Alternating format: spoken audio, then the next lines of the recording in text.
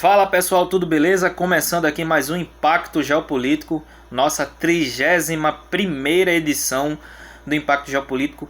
Vamos começar aqui falando os assuntos mais relevantes da semana, hein? Olha, primeiro assunto que me chamou a atenção foi essa questão da Alemanha, né?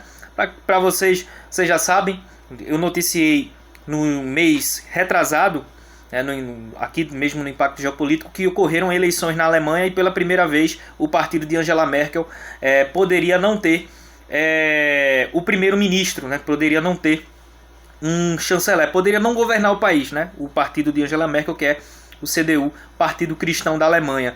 Quem ganhou a eleição foi o partido SPD, Partido Social Democrata da Alemanha, e após meses de negociação, parece que finalmente chegaram a um consenso. Na Alemanha é um pouco diferente, né, o sistema eleitoral. Você elege, você vota nos parlamentares. O partido que mais eleger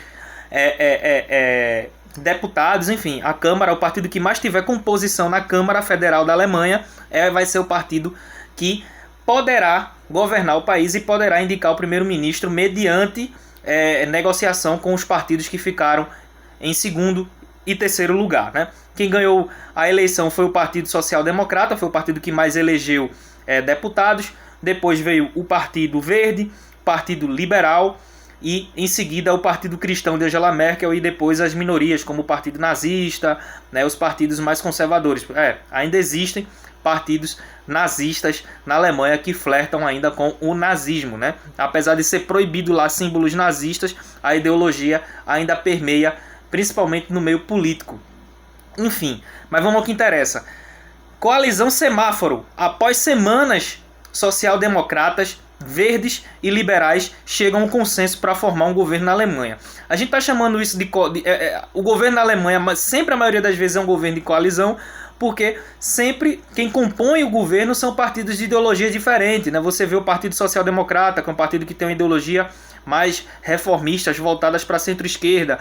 Você tem um Partido Verde voltado para o ecologismo, né? Para a ecologia, para a causa ambiental. E você tem um Partido Liberal que defende aquele liberalismo clássico. E a gente está chamando de coalizão semáforo por conta das cores do partido, dos partidos que vão compor esse governo de coalizão, que foram os partidos que mais tiveram composição na Câmara Federal Alemã, né? Coalizão semáforo, por quê? Porque a cor do Partido Social Democrata é a cor vermelha, a cor do Partido Liberal, cor amarela, e a cor do Partido Verde, né? Por isso que a gente está chamando de coalizão semáforo, né? Quase 2 meses após as eleições na Alemanha, os 3 partidos que negociavam a formação de um governo chegaram a um acordo de coalizão. Mais uma vez, governo de coalizão é aquele governo que é composto por partidos, por beligerantes de ideologias diferentes. Você tem a social-democracia junto ao liberalismo, junto ao ecologismo, né? O SPD, que é o Partido Social Democrata, o FDP, que é o Partido Liberal, e os Verdes convocaram uma coletiva de imprensa ontem lá em Berlim para apresentar detalhes do pacto. As negociações começaram em outubro e as legendas esperam que Olaf Scholz, líder do Partido Social Democrata, seja eleito pelo Bundestag, no parlamento alemão, como o Bundeskanzler, que é o chanceler, primeiro-ministro alemão, sucessor de Angela Merkel, que é do partido CDU. As metas do novo governo, olha aí, as metas do novo governo, que será composto na Alemanha, terá como objetivo o clima, né? Terá como principal alvo o clima. A Alemanha tem como desafio iniciar uma expansão maciça de energias renováveis, e a meta é de que até 2030 a energia eólica e solar cubram 80% do consumo de energia na Alemanha. E espera-se que em até o ano de 2030 também 1/3 dos veículos, dos carros, sejam elétricos, né? Esse é o principal desafio desse novo governo alemão. Até porque a Alemanha ela fez uma parceria com a Rússia para o fornecimento de gás e rompeu, né? Logo em seguida rompeu essa parceria, e agora ela tem um objetivo aí de produzir sua energia, né? A Alemanha, junto com a Inglaterra, junto com o Reino Unido, vem aí propondo a volta da energia nuclear. Eles vêm com a conversa de que é uma energia limpa, enfim. Mas aí o alvo aí, principalmente a proposta do Partido Verde para apoiar o social-democrata, seja que a fonte de energia seja eólica e solar ao mesmo tempo. Então esse é o novo desafio do governo alemão. E também as propostas do Partido Liberal é de desburocratizar ainda mais o Estado alemão, né? E a gente tem um governo de centro-esquerda, vai ser um pouco difícil, mas eles mas eles aí estão conversando aí com ideologias keynesianas e tal. O SPD tem essa ideologia keynesiana, essa ideologia mais assistencialista, mas aí eu creio que isso dará certo e quebrará aí esse vínculo do partido mais conservador, que era o partido de Angela Merkel, né? Vamos ver no que isso vai dar e aguardamos aí para ver se o Olaf Scholz, do Partido Social Democrata, ele vai assumir o cargo de primeiro-ministro da Alemanha.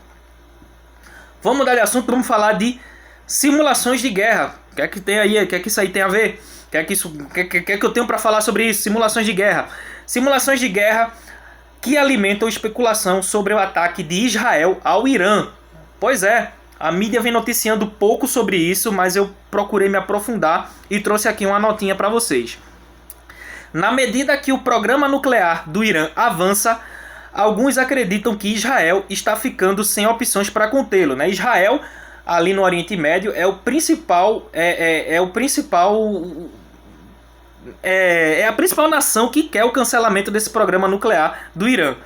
As forças navais de Israel, Emirados Árabes Unidos e Bahrein simularam pela primeira vez operações de segurança conjuntas com um navio de guerra dos Estados Unidos. Estas simulações têm como objetivo enviar um forte aviso ao Irã, olha aí, que recentemente vem realizando exercícios militares de grande porte e querendo enfatizar alianças estratégicas, principalmente com a Rússia e China também. O governo israelense disse que não tem interesse nenhum numa guerra com o Irã, mas não permitirá que o Irã tenha armas nucleares. A gente sabe, né, que desde pouco antes da invasão dos Estados Unidos ao Iraque, o Irã ele vem desenvolvendo esse programa nuclear deles. A gente sabe disso. O Irã diz que esse programa nuclear deles é basicamente para o fornecimento de energia. É um programa que é para fornecimento de energia elétrica para o país. Porém, aqui o Ocidente, né, os países que compõem o Ocidente, Estados Unidos, União Europeia, dizem que esse programa não tem nada a ver com energia elétrica, e sim com o desenvolvimento de bombas nucleares e também de bombas atômicas. Israel é o principal interessado, por ser o país mais próximo do Ocidente ali, mas que tem as melhores relações com o Ocidente, é o país mais interessado em cancelar esse programa nuclear, até mesmo por questão ideológica.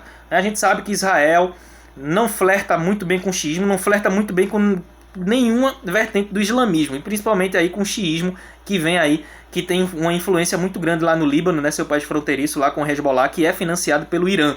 Então, Israel vem sendo aí o principal interessado em cancelar esse programa nuclear do Irã. Sendo que Israel também tem um programa nuclear. Israel também desenvolve bombas atômicas e bombas nucleares. Então é aquela história, né? Eu posso ter, mas você não pode ter.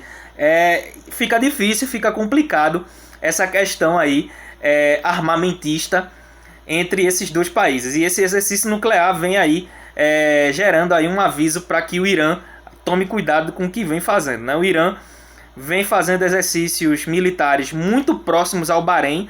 O Bahrein é um país que fica ali na região do Golfo Pérsico. É um país uma ilha, né? Uma ilha. É um país muito pequeno, mas que teme a invasão do Irã e por isso vem fechando essas parcerias até mesmo com Israel, país judeu que não flerta com o islamismo, e também com os Estados Unidos aí como uma tentativa de apoio a uma possível e iminente invasão do Irã. Embora eu não acredite nisso, né? Tá sendo só essa guerra friazinha aí para demonstrar que ambos países têm poderes militares de uma invasão.